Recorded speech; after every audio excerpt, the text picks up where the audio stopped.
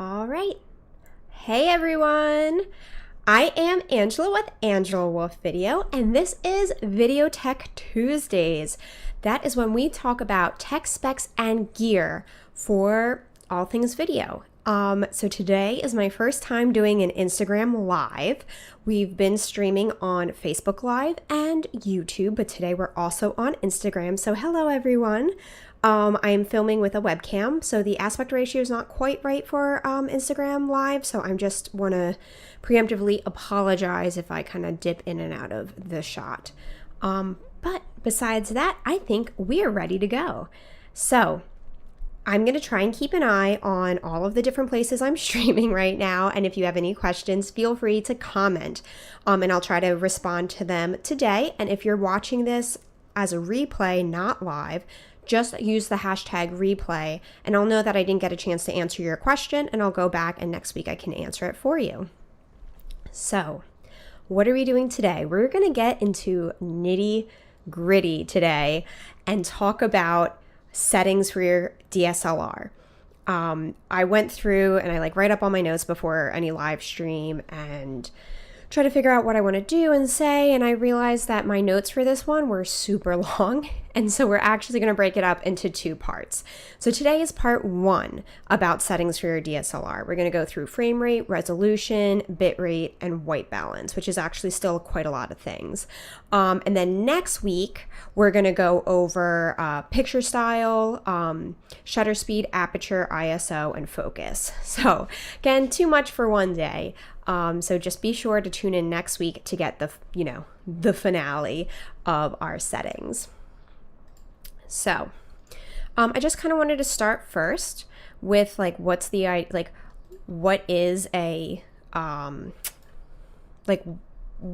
are the settings we're going to be talking about, and what is a DSLR, which sounds like a silly question, but I just wanted to briefly go over that for everyone. So, an SLR camera is a single lens reflex camera. It's like the standard camera you think of for a news journalist taking pictures, right?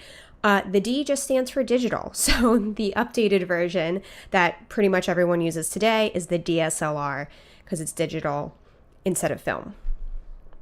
Now, these were started as, photography cameras, obviously, but the modern DSLR is amazing for video. It's a really great intro camera to get into video production and doing different types of video work.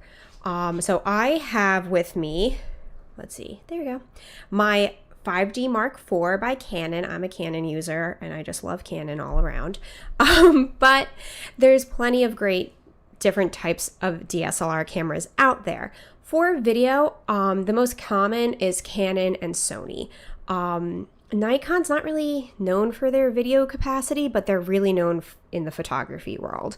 And of course, there's some other brands as well. So everything I'm going to be talking about today are settings that any DSLR camera should have and that you can change. And the concept of changing it and adjusting them, it's going to be universal. But I will be cutting back and forth between me explaining and then actually showing you how to change it on a Canon camera. Again, the actual menus are going to be different if you have a Sony or a Nikon, but the concept is the same, and so it'll definitely be worth watching even if you don't have a Canon. So basically the other one thing I wanted to mention real quick, sorry, I'm trying to keep tabs on everything going on right now. My other note is that all of these settings are things that you want to adjust for whether you're doing photography or videography. However, some of these settings are very specific for video in the sense of you might do one type of change for video versus a different type of change when you're doing photography. So I'm going to mention that just so you can kind of follow along. But the main focus for today is how to set it up for your video work. So that's kind of my overview for today. So let's jump in. A lot of these settings also are going to be determined on what you're filming, when you're filming, where you're filming, what lens you're using, what camera you're using, that kind of stuff. So that's why I'm going to be like, I call this like the basic overview, where I'm not going to get into like the super minute details of everything, because that's going to change depending on your moment of video work. So we're going to kind of look at each setting in a broader sense. Let's start with frame rate. So your frame rate is how many photos or frames are going to be in each second of video. So again, this is not something you ever need to worry about with a photography, you know? So, but this is very important in video work. Generally, the rule of thumb is like film, if you think of like a movie, they do 23.976 frames per second, or round up to 24. TV is 29.97, or like 30 frames a second. Video games are between, you know, like some of them are 30, some of them are 60 frames per second. And apparently there's like this big debate about it. And I really don't know video games that well. I just was Googling, like what kind of frame rate do they use? And it was a whole thing. So we are looking at, again, movies and TV is really what you're looking at. If you want it to be in slow motion, you're going to have more frames, because that means each second there's more frames in there. And when you play it back at the normal speed of like 24 frames per second, but you filmed 60 frames per second, it's going to be twice as long, and so you're going to have it slowed down. So things like 60 frames and 120 frames per second are usually only used when you're doing like a slow motion shot. Same idea is if you film with like 15 frames per second and play it back at 24, it's going to be all sped up because you have less frames in each second. And again, these are also American frames. In Europe, they use like 25 frames per second. So we're going to stick with the Americanized version of everything today. I personally I'm going to sound bougie right now, but I personally really like the look of the 24 frames per second. That's how I like to film. Like I said earlier, it's similar to like the traditional movie style of filming. And it's something I notice as an editor, because I spend every day, all day looking at different frame rates. Honestly, it's not something that most viewers are going to be able to tell the difference between 24 and 30 frames. The main takeaway from your frame rate is that every camera that you're using should be set to the same frame rate. It does feel and look a little different. And if you're using like a 2-camera setup and one setup for 24 frames and one setup for 30 frames, it's going to feel different between the two shots, and it's not going to look great.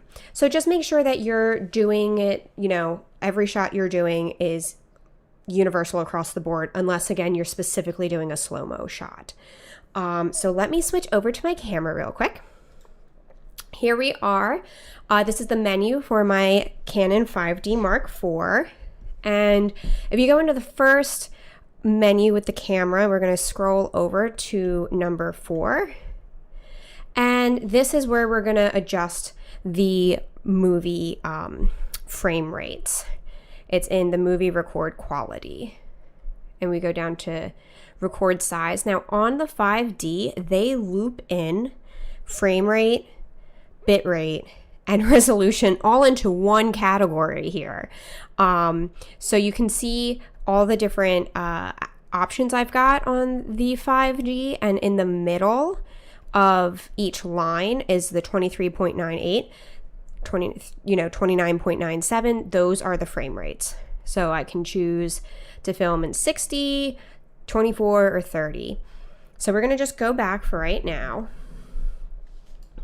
before we pick out exactly which one we want, because they lump it all into one thing. We're going to jump to the next category, which is resolution. So resolution is how many pixels you have in a frame. This is the difference between full HD, 4K, standard, all that fun stuff. That's your resolution. So I think everyone's pretty knowledgeable about the terms like HD versus 4K. We all kind of have that idea of like, well, 4K is better than HD and HD is better than SD, right? But like, what does that actually mean? So SD, standard definition, is what you have on a DVD, like way back in the day, right? Then the big thing was Blu-rays, because they bumped up the resolution to be HD. So pretty much anything you're going to be filming nowadays should be at least in full HD. You can get away with calling something HD if it's at 720. So just watch, like webcams do that all the time. They're like an HD webcam, but they're filming in 720 and it's actually a lower resolution than what full HD is considered.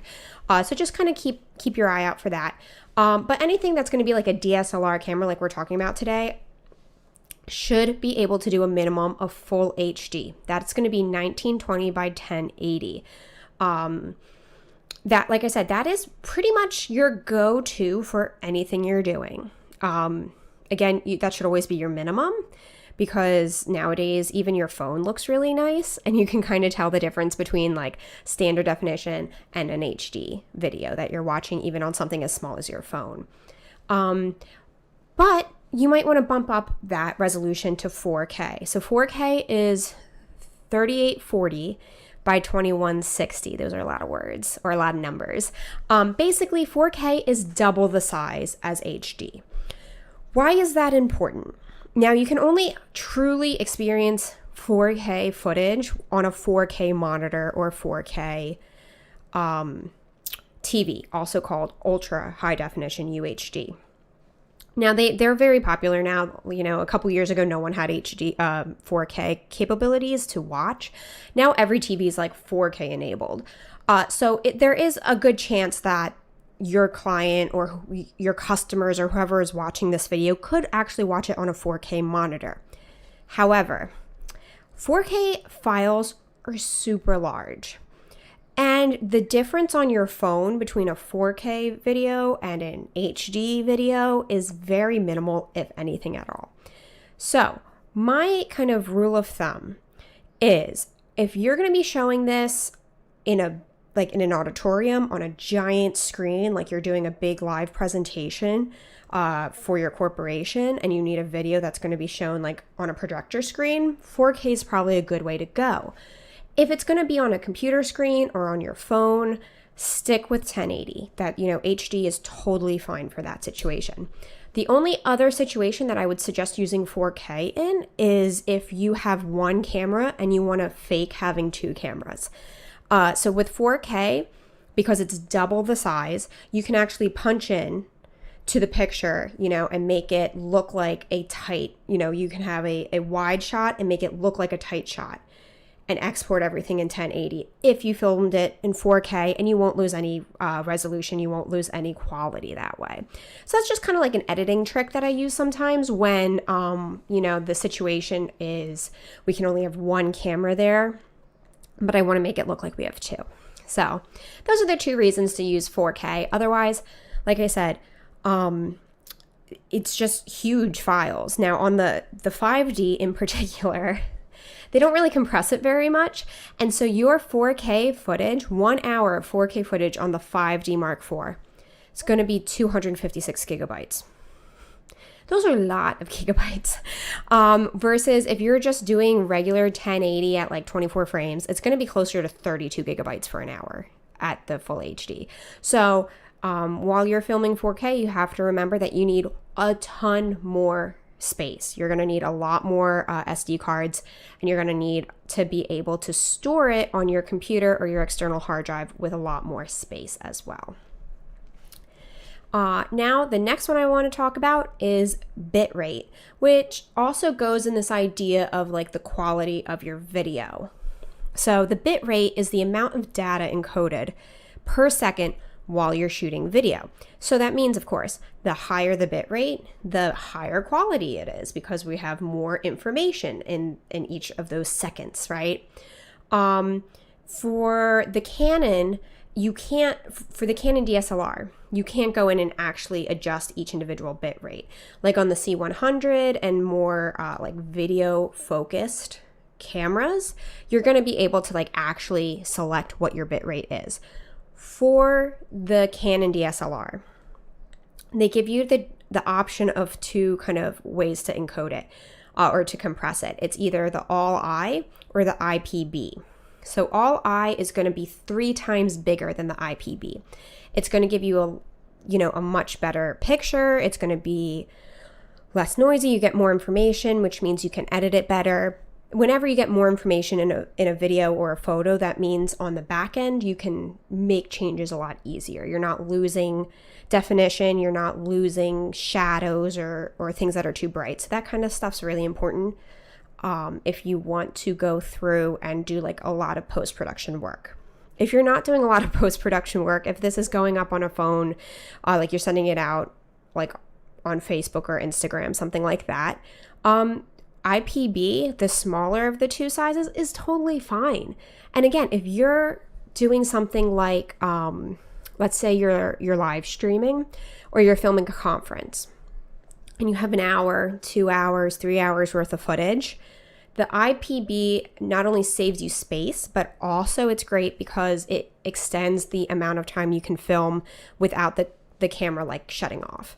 DSLRs typically have kind of like this like 30-minute shut off time, roughly. It's kind of based off of how much data they're bringing in. And you're going to just have to like restart it every 30 minutes when you're filming with a DSLR camera. So keeping the file sizes smaller just makes it more manageable, both for your storage and for the camera to run.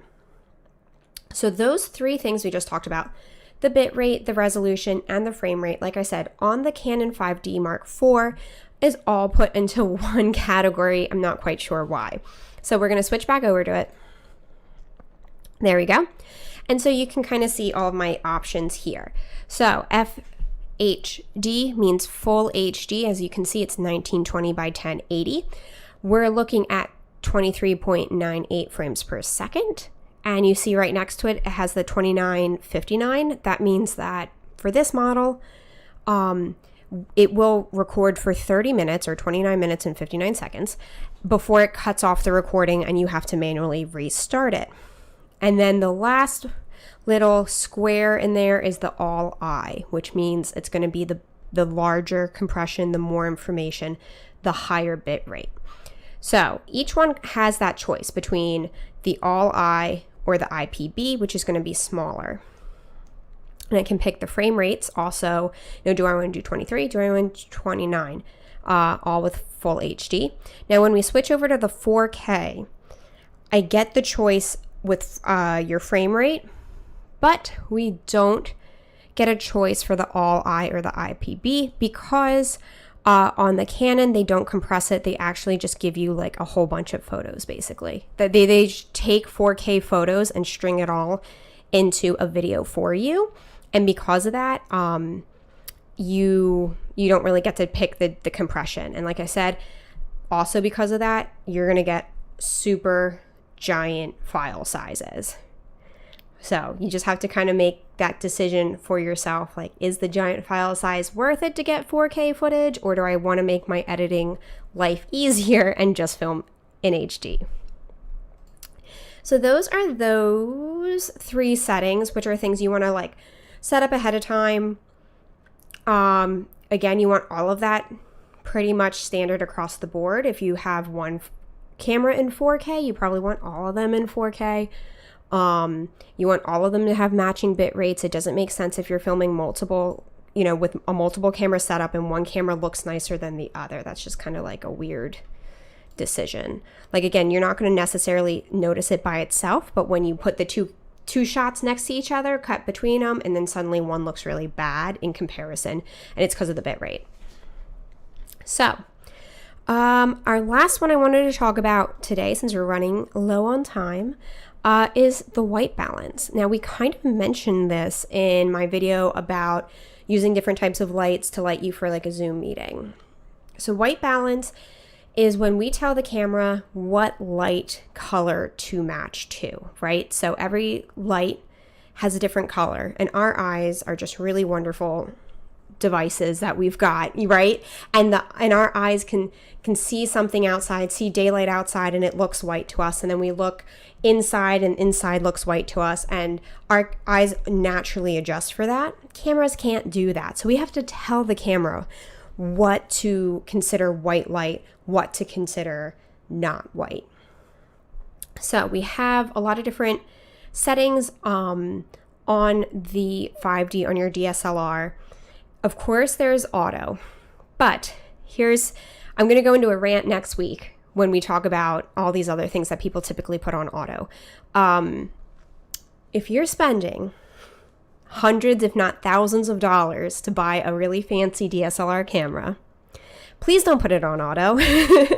You can when you're first starting out and learning, but you spent the money on a beautiful camera, like get the most out of it. Like there's even apps on your phone so that you can go through and manually adjust your white balance and your aperture and all that fun stuff. So why would you spend all this money on a beautiful camera and then put everything into auto? So don't do that. That is an option. It's on here. Please don't do that. Another reason besides just like the concept of like this beautiful camera is all in auto, when you do auto white balance, the camera again gets kind of confused and it will actually change the white balance mid-shot. So you might go from, the most light in the shot's daylight, and so that's what it's set to, and then you kind of turn a little bit and now there's a little bit more tungsten light, and then it like switches all of a sudden to try and white balance for the tungsten, and now everything coming in from the light outside is blue, and it just kind of like, it's kind of a mess when you're working with it in post. It's much easier if everything's just set at one level and you keep it there. So, real quick, just going through the different main ones that you're going to see. Daylight, that means it's the sun outside. Again, that tends to be a really cool, it's a blue color. It's going to be at like 5600 Kelvin for the Kelvin scale. Tungsten is going to be the warm yellow color. Think of like an old-timey like light bulb. Think of like you're in like a little cottage in the woods and it's dark out, and we go inside the cottage and there's like a cute little lamp on a nightstand and someone's like reading a cute little book, right? And it's like a nice warm yellow glow from the lamp. That's what tungsten is. We have fluorescents. Typically, fluorescents are green, and it's that, the overhead fluorescents you get in old office buildings, which is like yuck. Think of like a hospital building in a horror movie where like everything feels green and like gross and kind of like, ooh, right? Because of the green fluorescence. So fluorescents tend to come out green on camera. You can also get white fluorescence is like a new thing. Somewhat recently, like the manufacturers of fluorescent light bulbs have been, you can get them to be more white. So that's also slightly different color. Or of course you can just dial it in with the Kelvin scale. Again, tungsten's going to be at like 3200, daylight's at 5600. Anything that's like cloudy is going to even be higher than 56, like closer to like 6,000. So all of that kind of stuff. There's a whole chart. There's a bunch of numbers. It's all math, which is a weird thing that colors and math you don't think go together, but they do in video. So let me just kind of show you the different sections on how to get to it on the camera. And then basically my go-to is try to only have one type of light. If your room's well lit with windows, make sure any additional lights you're using are daylight balanced. If there's no windows at all and the main light source is light bulbs, like can lights that are tungsten, that are yellow, then only use yellow lights in that room, right? It makes your life a little bit easier. And then set the camera to whatever balance is in the room that you're filming. And you're going to have to adjust it every time you go to a different room, right? Like if you're filming an event and someone's walking from not an event, but you're filming a shot and someone walks from one room to another, you just have to be mindful. You might need to change the white balance if those two rooms don't match. So let's switch over to my camera. There we go. Now we're going to go back. All right. So in this camera settings, we're going to go over to number 2, go over to white balance. So you see the K stands for the Kelvin scale, and that's when I can just dial it in to something very specific, which happens, when like you have like a mix of different lights, or, maybe it's like right at sunset, or it's at, it's not at a time where the light's exactly at that preset value, quote unquote. But let's say it is at a preset value, and that's something we want to use today. This one's the daylight. Again, all right, 5200, between 52, 56. Shade is going to be a lot cooler and even more blue than regular daylight, so that's why it's all the way bumped up there. Cloudy, same thing. Tungsten, we're down to the 3200 with the yellow lights. White fluorescent is what this one is set for. And so if you have an old fluorescent light, it's going to look green even under here. So you might have to adjust that as well. And then flash, which is something you should use if you're doing photography. But again, this is something that for video, we do not use flash. That is not a thing that is anything we can use, right? So ignore that completely. Custom is you can kind of set it yourself and save it as a custom versus just doing the dialing it in with the Kelvin. So those are how you do the white balance. Again, you should do white balance for both photography and video. And just, the more you get it accurate in camera, the less work you have to do in post to try and fix it. You don't want people's skin tones to look weird because you had to add in a ton of blue because you made everything look way too yellow and then nothing looks right. It's just kind of a big pain in the butt. So that's why you want to do it on set, in person, on the camera before you send your footage to the editor. So that is part 1 of all of our video settings for your DSLR. Next week, like I said, we're going to be doing part 2, which includes your picture style, your shutter speed, your aperture, your ISO, and your focus. That one's going to get real nitty-gritty as well. And it's going to be really good because all of those settings, most of those settings, people just put onto auto and call it a day. And then you're like, why doesn't my video or photo look the same as a professional? And like, it's because the professional dials all this stuff in themselves. And it just makes everything look so much nicer. So tune in next week for that, for our part 2. It's going to be, again, a live stream on Facebook, YouTube, and Instagram now. And 1 o'clock on Tuesdays. Now, if you have any questions about video work, my company does branded videos for corporations, small businesses, and entrepreneurs. So give us a call. You can just schedule a free analysis call for your project at bit.ly/callawv. Schedule it. It's like 30 minutes. We just hop on a quick phone call. You tell me exactly what you're thinking. You're like, I need a video for this, but I don't know what to do. And I can help you through it. And we talk about it. And I can give you a quote on how big I think the project's going to be, how much I think it's going to, cost, and how long it's going to take. Now, let's say you're not even at that level yet. You're like, I know I need a video, and that's all I know. No problem. I have a free branded video checklist for you to download. Go to bit.ly/AWV checklist to download it for free, and it's the first thing you want to do when you're thinking about doing a video. It helps you through all of your pre-production. It helps take all of this like jumbled ideas that you just have like in the ether and brings them, focuses them down, and helps you really plan out what you're going to need for a video, what you're going to turn the video into, what you're going to use it for, what's going to be in it, like all those really good information you need to know before you start production. That's what this checklist is for. So it's bit.ly/AWV checklist.